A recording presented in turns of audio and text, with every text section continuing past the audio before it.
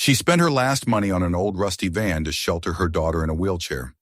Everyone around laughed at her choice, but no one could have imagined that inside this van was a secret powerful enough to change their lives forever. Subscribe to the channel and tell us in the comments where you're watching this video from. The rain fell in relentless sheets, smearing the windshield until the wipers could no longer keep pace. Maria leaned forward over the steering wheel, her tired eyes fixed on the stretch of empty road unspooling in front of her. The old sedan coughed and rattled with each mile, the engine threatening to give up. Yet she coaxed it forward with a determination that seemed larger than her worn body could contain. Beside her, the passenger seat was stacked with bags, clothes folded tightly into plastic grocery sacks, a small box of books that had belonged to her daughter, and a single blanket rolled up like a soldier's pack. In the back, strapped carefully and securely, sat Anna, her thin frame resting in the wheelchair that had become both her prison and her perch on the world. The world outside the windows was nothing but desolation. Long fields stretched out beneath a bruised sky, telephone poles tilted in the wind like weary sentinels, and the occasional shape of an abandoned barn or a rusted-out gas station appeared and vanished again as though swallowed by the storm. Water pooled on the uneven road, and every time Maria guided the car through another puddle, the splash rose higher than she expected, drenching the sides of the vehicle with mud.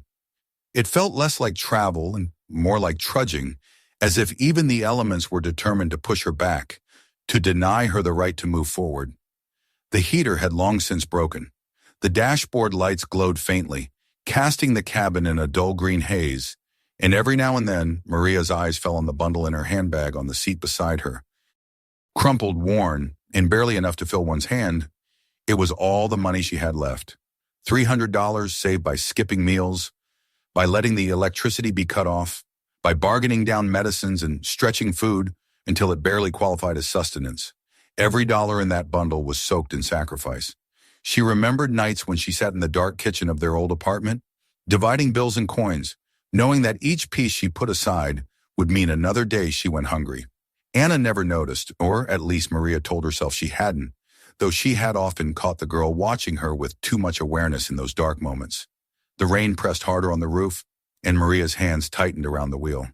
She thought of the people who would laugh at her if they knew what she was doing now, chasing after the promise of a rusted shell at the edge of town. They would call her foolish, desperate, pitiful. Perhaps she was all of those things, but she was also a mother, and mothers did not allow themselves the luxury of surrender. Her gaze shifted for a moment to the rearview mirror, where Anna sat gazing out through the streaked glass. The girl's breath fogged the window, and she lifted her small hand to draw on the misted circle she had created. Shapes appeared, first a flower, then a star, then something Maria could not quite see. The child's dark hair clung damp to her temples despite the closed windows, and her eyes were far too old for her 6 years. Maria's throat tightened.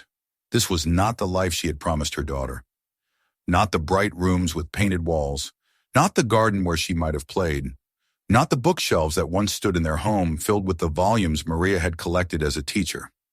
That life had vanished the day of the accident, when twisted metal and screeching tires had turned a sunny afternoon into a lifetime of consequence. Since then, each step had been a fall, one after another, until they landed here, on a rain-slicked road heading toward a future that smelled of rust and mildew. Yet despite it all, there was something in Anna's presence that refused to bend. The child was fragile in body but strangely steady in spirit. Even when the landlord had slammed the door on them, even when the heat had gone out and the frost spread across their bedroom window, even when Maria had broken down crying in the kitchen, Anna had simply placed her small hand on her mother's arm and whispered a kind of silent strength without words. Tonight, as the storm roared around them, she sat quietly, watching the water stream past, as though she had already accepted that the world was made of storms, and one simply endured. The car jolted over a pothole, and Maria steadied it again, heart leaping. The dashboard clock read nearly 5, yet the light had been stolen by the heavy clouds. She knew they were close. The directions had been scrawled on a scrap of paper, a hurried phone conversation with a man who had sounded disinterested, perhaps even amused, that she wanted to see the foregone. His voice had been curt, Cash only, no refunds, no guarantees. But what choice had she had? A motel had drained what little she possessed, and the charity shelters were full or unsafe. The furgon, rotting and abandoned though it might be, was something she could own outright. A roof to shield her daughter from the cold November rains. She thought back to her years in the classroom, chalk dust rising from the board, students half listening as she tried to open their minds to history, literature. The idea that knowledge itself was a kind of wealth. It felt like another life, belonging to someone else. That woman had worn bright dresses, smiled at parents during conferences, stayed late to mark papers. That woman had believed in progress. This woman clutched the steering wheel like a lifeline and prayed that her daughter would survive the night without coughing from the damp. The road narrowed, gravel replacing asphalt, puddles widening into small lakes. Maria slowed the car, every muscle taut with the effort of keeping the wheels from sliding. Her mind flickered back to her husband, once her partner, once her anchor. He had vanished when responsibility became heavier than his pride could carry, leaving her with hospital bills and a child who could no longer run. She had hated him for leaving, but tonight, driving alone into the unknown, she felt something colder than hate. She felt absence, an emptiness that had become permanent. At last, a crooked sign appeared through the rain, half hidden by weeds. She squinted, bringing the car closer. The letters had peeled and faded, but she could just make out the words. This was it, the place where the Furgon waited, where her last $300 would vanish into rust and hope. She pulled the car to the side, the tires sinking into mud, and sat for a moment, letting the engine idle. Her hands rested on the steering wheel, trembling. She had brought them this far, and now there was no turning back. She turned to look at Anna, who met her eyes with quiet solemnity. In that gaze, Maria saw not reproach, but trust. And it was that trust, undeserved yet unwavering, that carried her forward. She switched off the engine, the sudden silence filled by the roar of rain, and opened the door. Cold air slapped her face. She drew her coat tighter and stepped into the mud, her shoes sinking, her heart heavy but resolved. Ahead, through the blur of water, the outline of the Furgon stood waiting, leaning, forgotten, decrepit. Maria knew in that instant that this ruin would either become their sanctuary or their final humiliation. She thought of the bills she had left unpaid, the faces of the neighbors who had sneered, the hunger that had gnawed her stomach night after night. She thought of Anna's thin hands, her fragile body, her eyes that carried too much weight, and she whispered to herself, though no sound left her lips, that they would endure. The storm raged on, the road stretching into the shadows, but Maria moved toward the Furgon with the certainty of someone who had burned every bridge behind her. For better or worse, this was their future. And as she reached the door, her last money clutched in her fist, she felt the full weight of the choice pressing down on her. Yet she also felt, faint and fragile, the spark of possibility. The rain did not ease, the wind did not still, the night did not soften. But inside her chest, beneath layers of fear and exhaustion, a single truth remained. She had not given up. And that perhaps was enough to carry them one step further into whatever waited beyond the rusted door of the Furgon. The rain had not let up, but Maria no longer noticed the weight of it pressing down from the heavens. Her steps sank into the soaked ground, each one drawing her closer to the hulking silhouette that stood crooked at the far edge of the empty lot. The Furgon loomed in the dim light, a carcass of metal and memory, leaning as if exhausted by the years it had endured. Mud clung to Maria's shoes, her coat was heavy with water, and the bundle of bills felt like a stone in her pocket. She paused for a breath, the roar of the storm filling her ears, and looked at the structure that might now become the sum of her life. The Furgon was worse than she had imagined.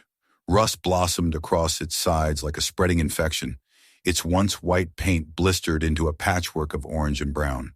The windows were cracked, some sealed haphazardly with planks of wood, others left gaping to the elements.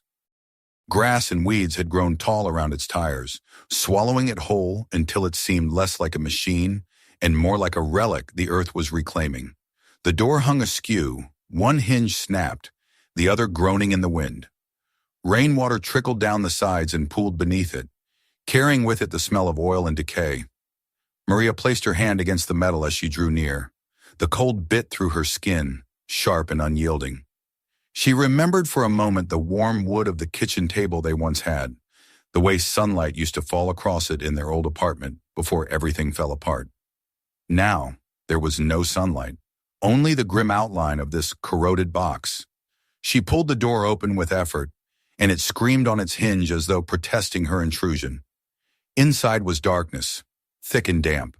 The air smelled of mildew, of old diesel, of rot. Maria lifted her phone and flicked on the flashlight, its beam cutting through the gloom.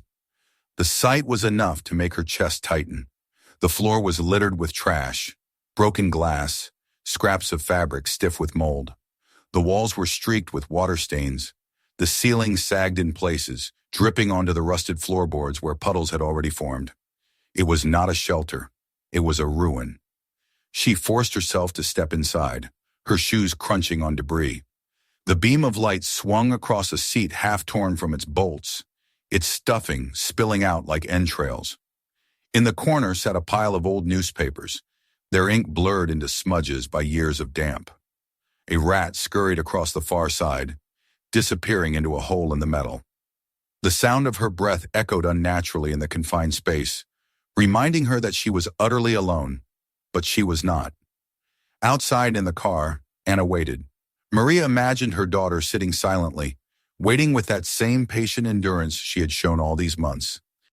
The child deserved better than this, far better, yet here Maria stood, with $300 fewer, and only this cavern of rust to offer.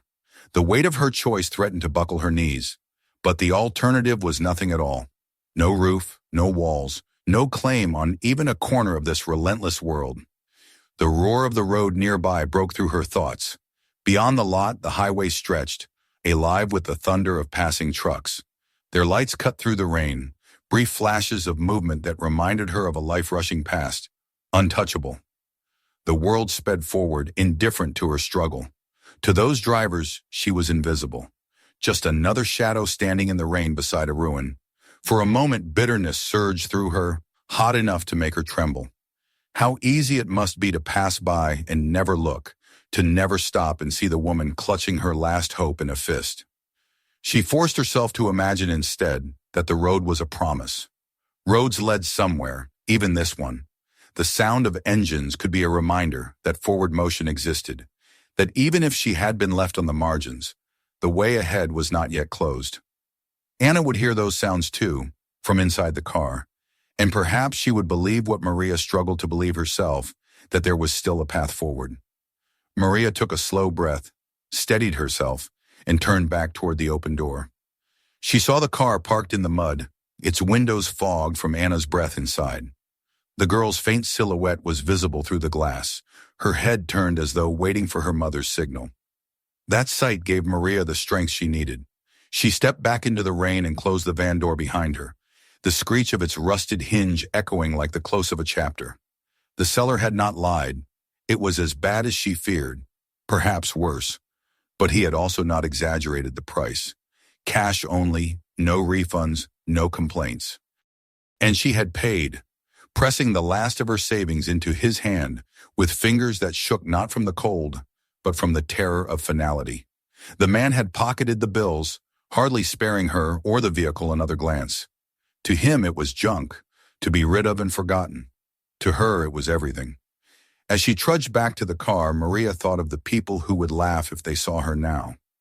The landlord who had called her irresponsible, the neighbor who whispered pity behind closed doors, the social worker who had looked at her with the polite disdain of bureaucracy. They would see a fool buying a carcass of metal and calling it home. But they did not know the taste of hunger, the sting of being turned away when one's child was cold, the hollow nights spent listening to a sick girl's shallow breathing. They did not know what it meant to be forced into choices where dignity was a luxury one could not afford. She climbed into the car, dripping rainwater, and looked at Anna. The girl's eyes, wide and serious, met hers in silence. Maria managed a weak smile. She wanted to tell her daughter that everything would be all right, but the words caught in her throat. Anna did not ask questions. She only watched, her expression unreadable, and Maria felt her heart ache at the child's quiet acceptance. Children should not have to understand sacrifice, yet Anna had learned it already, carved into her small face by circumstances she had never chosen. Maria started the engine again, though the van was only a few feet away. She needed to move the car closer, to bring their things inside, to begin the impossible task of transforming rust and filth into something resembling shelter. As the tires spun in the mud, she pressed the pedal harder, coaxing the old sedan forward until it came to rest beside the van. The headlights illuminated its battered frame, and for the first time Maria allowed herself to imagine it differently. Not as a ruin, but as a beginning. The rain poured, the road thundered with passing vehicles, and the night pressed heavy around them. But inside that lot, beside that broken van, Maria made her choice final. She would claim this wreck as theirs. She would scrub, patch, and fight against the rot. She would carve out a place for her daughter where none existed before. The world might laugh, but Anna would have a roof over her head tonight. That alone was worth every dollar, every humiliation, every risk. As she shut off the car and prepared to step out once more, Maria felt the weight of exhaustion settle into her bones. Yet beneath it there was also a flicker of resolve. She had taken the first step, bought the ruin that no one else wanted. Now she would face the nights ahead, one by one, and perhaps, if she dared to hope, she might find in its broken walls not only shelter, but a strange kind of redemption. The storm howled on, the van standing silent and crooked in the headlights' glow. It was not a home, not yet, but it was theirs, and that was enough to begin. The storm did not end when Maria pulled the car close to the van. It stretched on into the night, as if testing the strength of her resolve, hammering on the roof of the sedan, running down the windshield in heavy rivulets. Maria sat for a long while with her hands still gripping the steering wheel, listening to the furious percussion above her, feeling it seep into her chest. Anna had not spoken. She sat quietly in the back seat, her head leaned against the fogged window, her breath clouding the glass in soft bursts. There was no sound of complaint, no question about what would come next. The silence of the child was heavier than words. When Maria finally moved, it was with a kind of weary finality. She switched off the engine, plunging them into a silence broken only by the relentless rain and the occasional roar of a truck on the highway beyond the lot. Darkness pressed close around the car. For a moment she considered staying there, letting the night pass with them crammed in the sedan, but she knew it was impossible. The car could not keep out the cold. The seats offered no room for Anna to rest properly, and by morning the damp would have settled deep into their bones. No, they had no choice. The van was theirs now, and they must claim it, however broken. She stepped into the mud again, her coat heavy, her shoes soaked. She moved quickly, dragging the blanket, the small box of books, the few bags of clothes, ferrying them across the short stretch of ground into the van. The interior was worse in the night than it had been under the beam of her phone earlier. The shadows deepened every stain, every crack, every sign of decay. Water dripped steadily from a hole in the roof, splashing into a widening puddle on the floor. The air was cold and carried with it the sharp tang of rust mixed with mold. It clung to her throat, making her cough, but she spread the blanket anyway, pushing debris aside to clear a patch of floor large enough for Anna's chair to rest.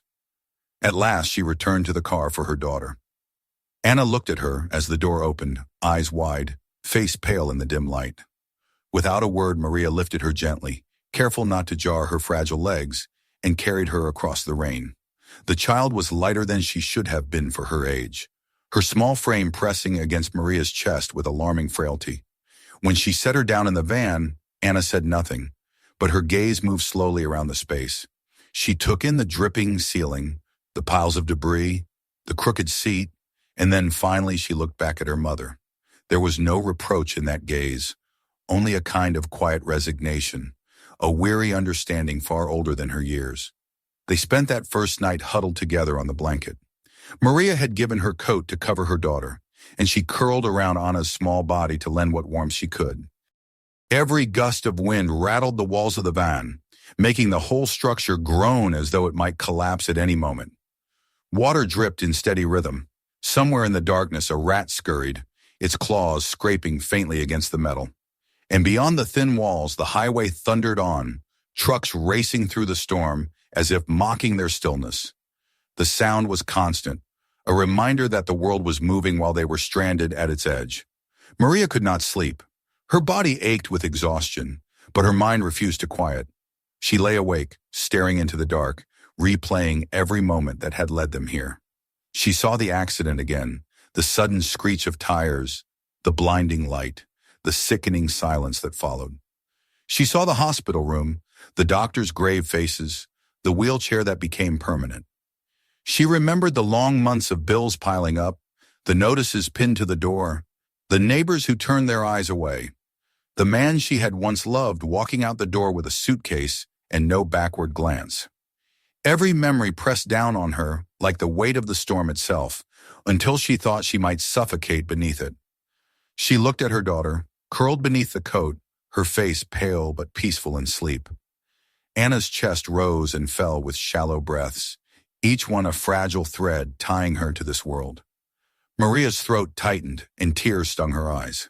She whispered an apology into the darkness, though there was no one to hear. She apologized for the accident, for the hunger, for the cold, for the rusted van that was now their home.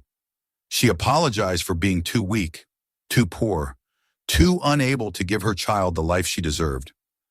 The words broke silently inside her chest, but no sound left her lips.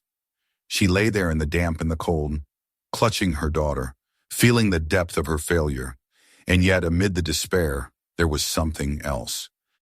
The sound of the highway, the endless surge of engines through the storm, was not only a reminder of abandonment, it was also a reminder of motion, of the road that stretched on beyond sight. Each truck that roared past carried someone somewhere, to a place of purpose, of destination. The world was moving. Perhaps in some small way, that meant they could move too. Maria clung to that thought, fragile as it was, because it was all she had. The following morning brought no sun, only a gray sky heavy with clouds and the lingering smell of damp. Maria rose stiffly, her back sore from the hard floor, her clothes clinging cold against her skin. Anna stirred, her face pale but calm.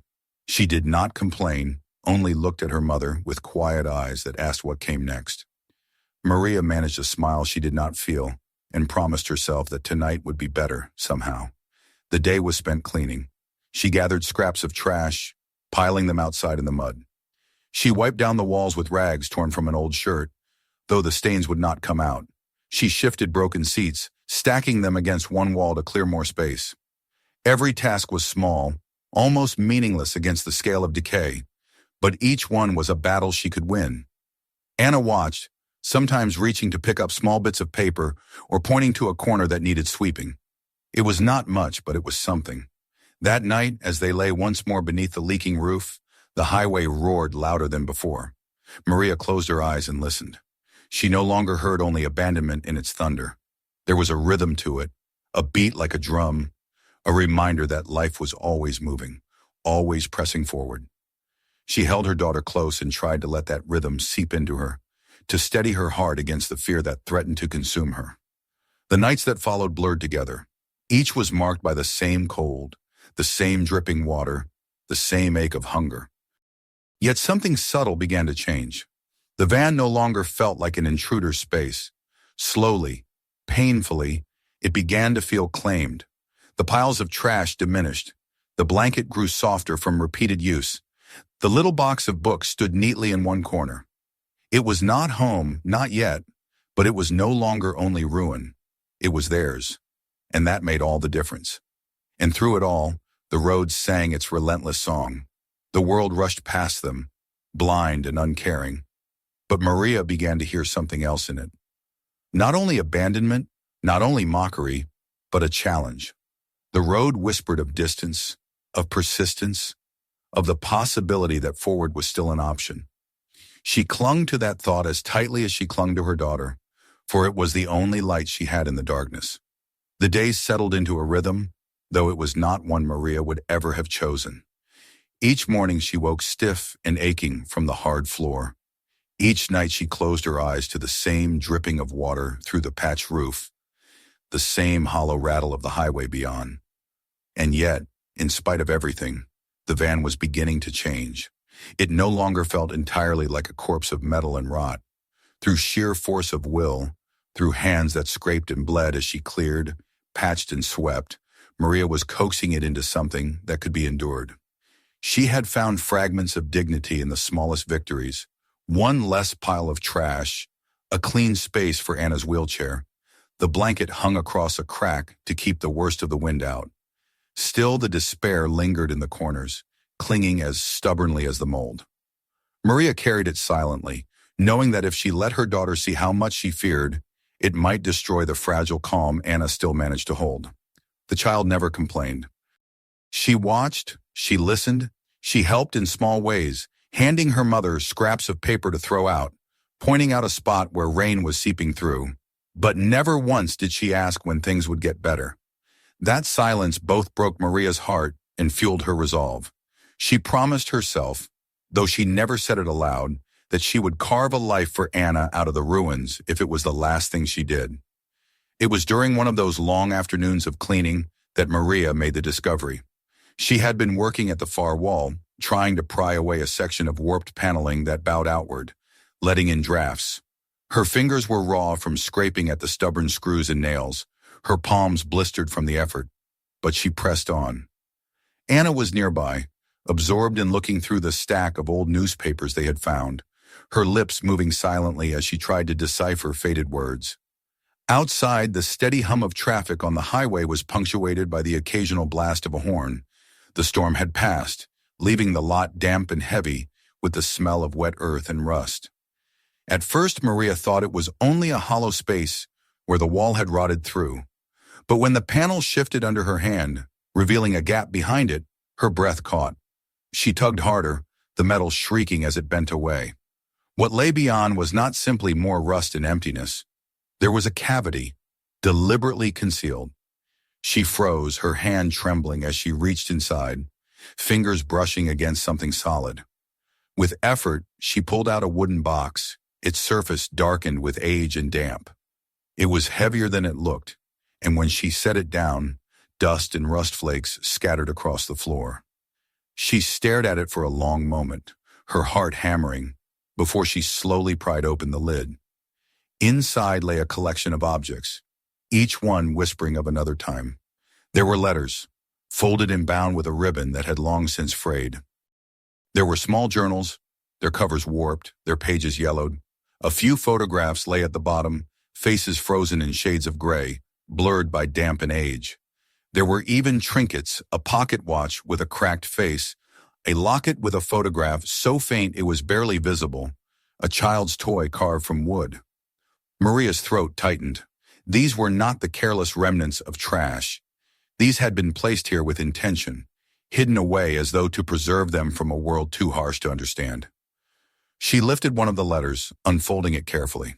The ink had bled, but the words were still legible. Her eyes scanned the lines, her breath catching as she realized what she was reading. It was a plea written by someone who had been running.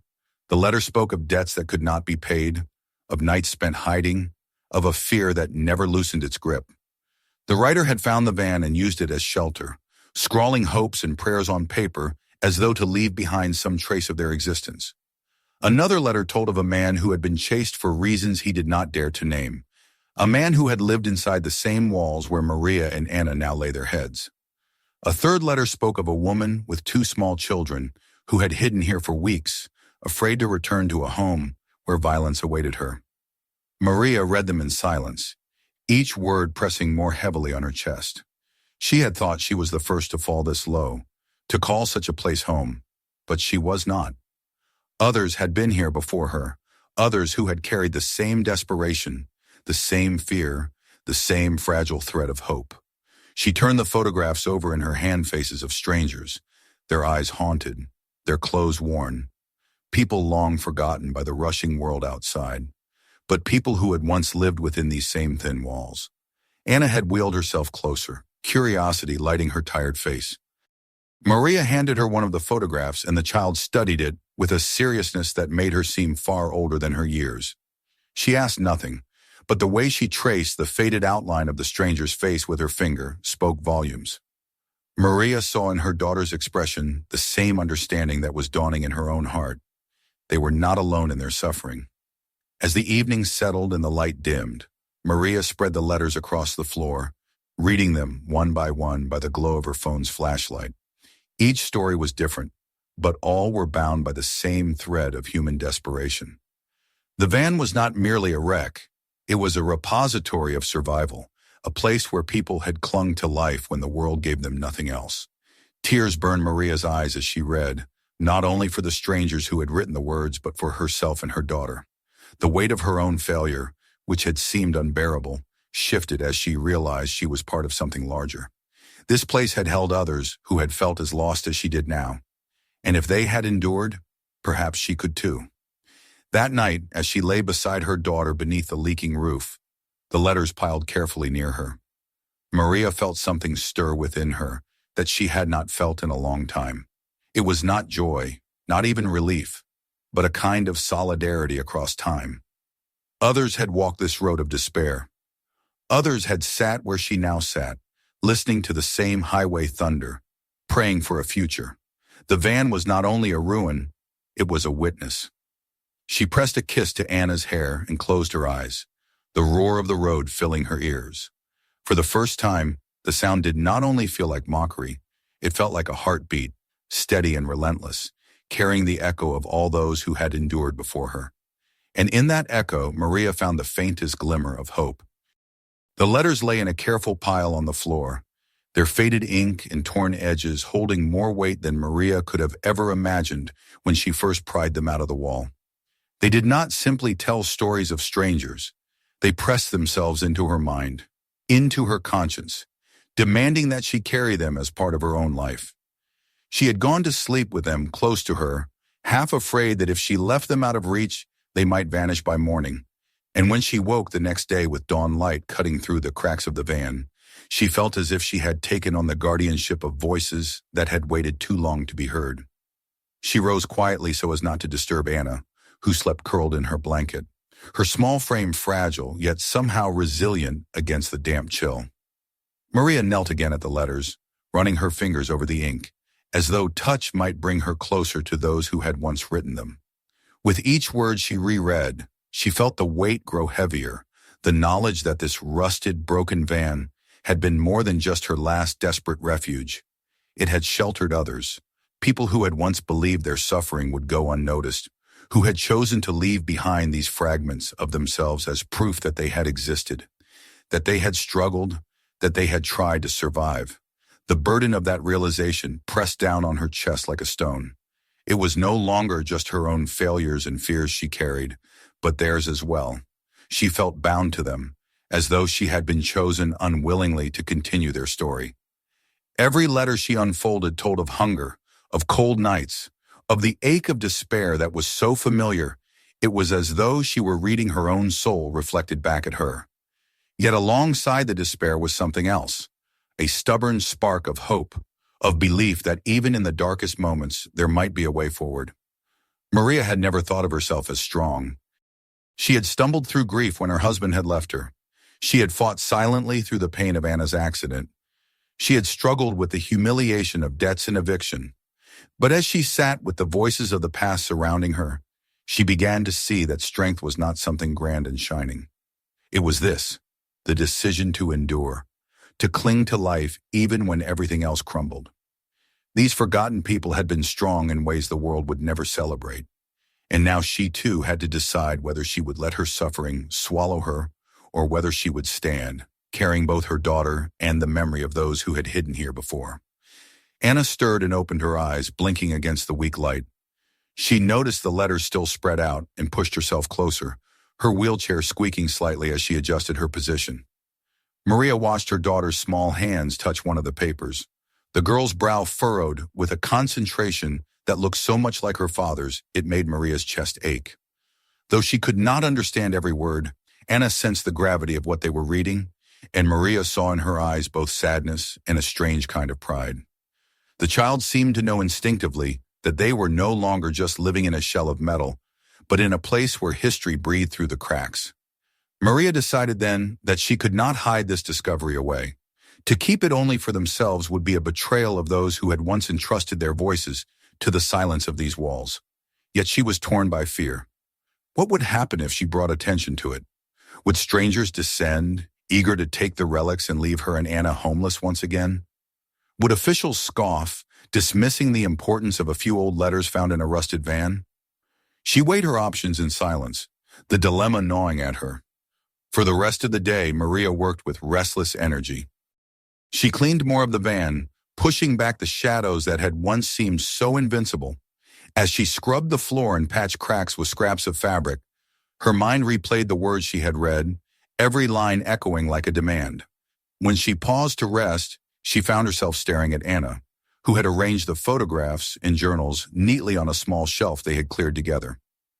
The child seemed to understand that they were not merely trinkets, but treasures, pieces of lives that mattered. By nightfall, Maria was exhausted, but sleep would not come. She sat in the dim light of her phone, reading the letters again, feeling their weight press more deeply on her spirit. She thought of the woman who had written of escaping a violent home, clutching her children while she hid within these same walls. She thought of the man who confessed his fear of never being remembered, of his life ending in silence. Maria felt as if she owed them more than silence. She owed them remembrance. She owed them the dignity of being known. As the days passed, the burden did not lessen. It grew heavier because now Maria could no longer look at the van as merely a place to survive. It was a vessel of the past, and she was its unwilling guardian. She noticed details she had overlooked before, the way certain panels had been reinforced, the way scratches marked the metal in patterns that might once have been symbols or desperate tallies. She began to see the van not as ruin, but as testimony, and with that testimony came a responsibility she could not ignore. Anna, too, seemed changed. She asked questions, endless questions, about the people in the letters. Who were they? Where did they go? Did they survive? Maria had no answers, but she encouraged her daughter's curiosity, even when it broke her heart. It was as though the little girl had found a family among the ghosts of the van, companions who shared her sense of being trapped, yet still yearning for freedom.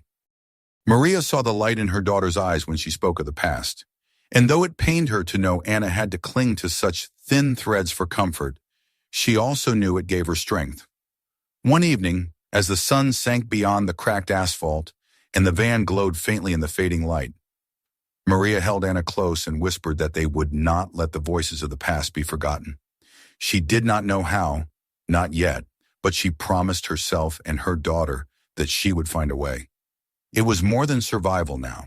It was about carrying forward a truth that had been buried, ensuring that the struggles etched in ink on fragile pages would not fade into nothingness. But even as she made that silent vow, Maria knew the path ahead would be hard. Poverty still clawed at them, debt still hung like a noose around her neck, and the world outside still saw her as nothing more than another failure living in a wreck. Yet within her heart there was now a spark, fragile but persistent, born from the weight of history pressing itself into her hands. She was no longer only fighting for herself and Anna. She was fighting for all those who had come before, for their memory, their voices, their humanity. As night fell, and the distant lights of the city flickered faintly on the horizon, Maria felt the heaviness of the past settle over her once more. But this time, she did not see it only as a burden. It was also a gift, a reminder that even the most broken places could hold stories of resilience, and that in carrying those stories forward, she and Anna might find a strength they had never known before. The letters rested near her pillow, and as she drifted into uneasy sleep, she dreamed not of despair, but of voices whispering through the rusted walls, urging her onward. Maria understood, with a clarity that frightened her as much as it comforted her, that she had been chosen not by fate or fortune, but by survival itself. The van was theirs, but it was also a shrine to those who had passed through its shelter, and in the dim silence of the night, she accepted the truth that from now on, her life and Anna's would never again be just their own. They carried with them the burden of the past, and with it, the chance to give it meaning. The nights after Maria's discovery grew heavier, not with dread but with a strange sense of solemn duty. She no longer thought of the van as only a decayed shell shielding her and Anna from the rain in the cruel eyes of strangers. It had become something else, a vessel carrying not just their present suffering, but centuries of whispered voices, hopes pressed into paper, memories etched into photographs. Each time she reread the letters, she felt more certain that they had not been meant to stay hidden forever. They had waited for someone to listen, and somehow she and Anna had been chosen as their listeners. The burden of this realization pressed on Maria like the weight of stone, yet it also carved space within her where hope could grow. She began to rise each morning not with the dread of another day in poverty, but with the determination to do something more. Anna noticed the change, though she said little. The child watched her mother with eyes both trusting and questioning, eyes that demanded promises Maria did not dare speak aloud. But the girl's quiet attentiveness gave Maria strength, as if Anna herself believed her mother would turn despair into purpose. The days blurred into one another, yet Maria's mind was always restless. When she walked to the nearby store to stretch their last coins into meals, she thought of the woman who had written about hiding here with her children, wondering if she too had stood in line, clutching too little money and too much fear. When Maria patched the roof with scraps of plastic, she thought of the man who had scrawled desperate words about survival, knowing he had once listened to rain hammer these same thin walls. She felt connected to them, as if time itself had folded and they were all living together within the van, each generation lending its endurance to the next. But endurance was not enough. Maria began to dream of more. She imagined telling someone trustworthy about the letters, someone who could preserve them, someone who could ensure the voices did not fade into silence once more. Yet fear held her back. What if revealing the discovery meant losing the van? What if officials dismissed her, saw only a poor woman clinging to scraps of paper, unworthy of guardianship? The thought of losing both the fragile home she had made and the heritage she had found terrified her. She clung to the letters, reading them at night by the glow of her phone until the battery died, whispering their words to herself as though memorizing them would somehow anchor them forever. Anna began to ask more questions as the days passed. She wanted to know what became of the people in the photographs, what happened to the children mentioned in the letters, whether they had survived, whether they had grown old. Maria had no answers, but she spoke gently, telling her daughter that survival is not always about reaching safety, but about being remembered. If no one carries your story, you vanish. She promised Anna they would remember, and that was a kind of survival too. The child nodded solemnly, as if accepting a responsibility far older than her years. It was one evening when the air was thick with summer humidity and the sky glowed faintly orange with the lights of the highway, that Maria made her choice. She realized she could not continue living as if the van was simply her last refuge. It had become their beginning. She gathered the letters and photographs, laying them out carefully on the floor. She told Anna they would find someone who could help, someone who would not take the van away, but who would honor what it had hidden. Anna listened in silence, her small hands resting protectively on one of the journals, as though she too understood the gravity of the decision. Maria thought of the people who had mocked her when she first brought the van, of the pitying glances of neighbors who whispered about her desperation. They had seen only ruin. They would never know that inside this ruin was history, inside this decay was testimony. She realized then that she did not need their approval. What she needed was courage, the same courage that had driven strangers before her to leave behind words of defiance and hope. Courage to believe that even her broken life could matter if it carried forward something larger than herself. That night, Maria lay awake, listening to the distant thunder of trucks on the highway. The sound no longer seemed to mock her. Instead, it felt like a heartbeat, steady and unyielding, echoing across decades. She thought of the woman who had written about fleeing a violent home, of the man who feared dying forgotten, of the children who had clung to their mother in silence. She felt them around her, their presence seeping through the thin walls, urging her onward. And in the stillness, she whispered to herself that tomorrow she would begin again, not by running from her failures, but by carrying them into something greater. Morning came gray and wet, the sky heavy with rain. Maria rose with determination. She cleaned the van carefully, arranging the letters and journals in order, placing the photographs where Anna could see them. She explained to her daughter that these were treasures, more valuable than gold, because they held human souls pressed into fragile pages. Anna nodded and insisted on helping, her small fingers smoothing the edges of the papers as if she too understood their sanctity. As the rain fell and the world outside rushed by without notice, Maria realized that she no longer felt crushed by shame. Poverty still clung to them. The van was still rusted and broken, but within its walls they had found something priceless. It was not money, not comfort, not safety, but meaning.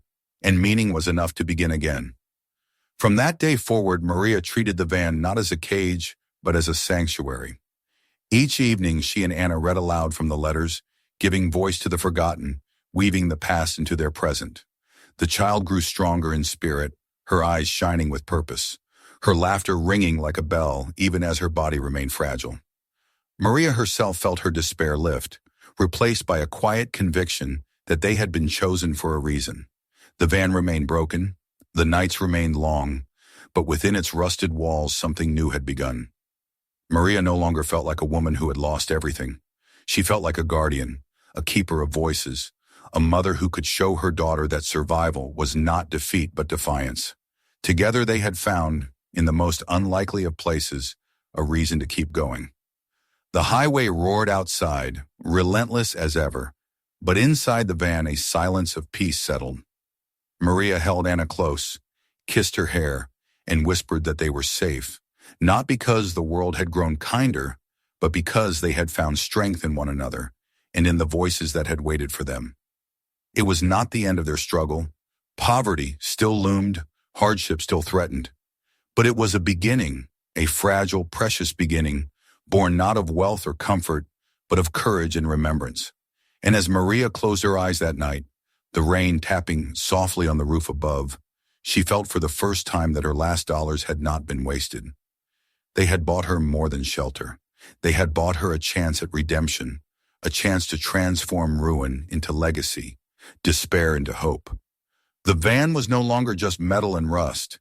It was a vessel of stories, a cradle of resilience, and for Maria and Anna, it was home.